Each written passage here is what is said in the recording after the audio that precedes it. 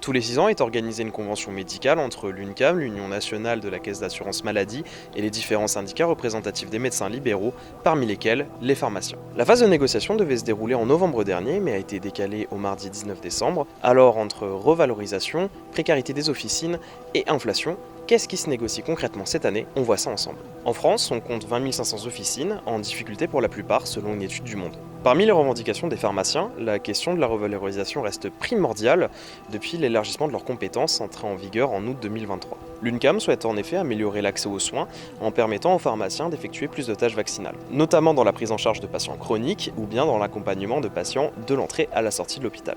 Au-delà d'une meilleure reconnaissance, les syndicats de pharmaciens réclament également une meilleure revalorisation de leur salaire sous contrainte de l'inflation. 75% du chiffre d'affaires des officines provient de la vente de médicaments pris en charge par la sécurité sociale, par conséquent pas de marge puisqu'elles ne contrôlent pas les prix. À cela s'ajoute une hausse de 15% des coûts de structure en 2022 selon les syndicats et une augmentation des charges salariales en conséquence. Et résultat, 74 procédures collectives touchées des officines en 2023 dans le cas de redressement ou de liquidation judiciaire. Si on ne revalorise pas notre cœur de métier et qu'on ne revalorise pas l'économie de l'officine, le maillage va être mis à mal. Tout ça, c'est important, ça fait partie d'un équilibre et cet équilibre, il est aujourd'hui posé sur la table avec l'assurance maladie. Donc c'est une énorme convention, c'est pas qu'un avenant, c'est une nouvelle convention et il faut qu'on aille jusqu'au bout en tenant compte du réseau et des pharmaciens.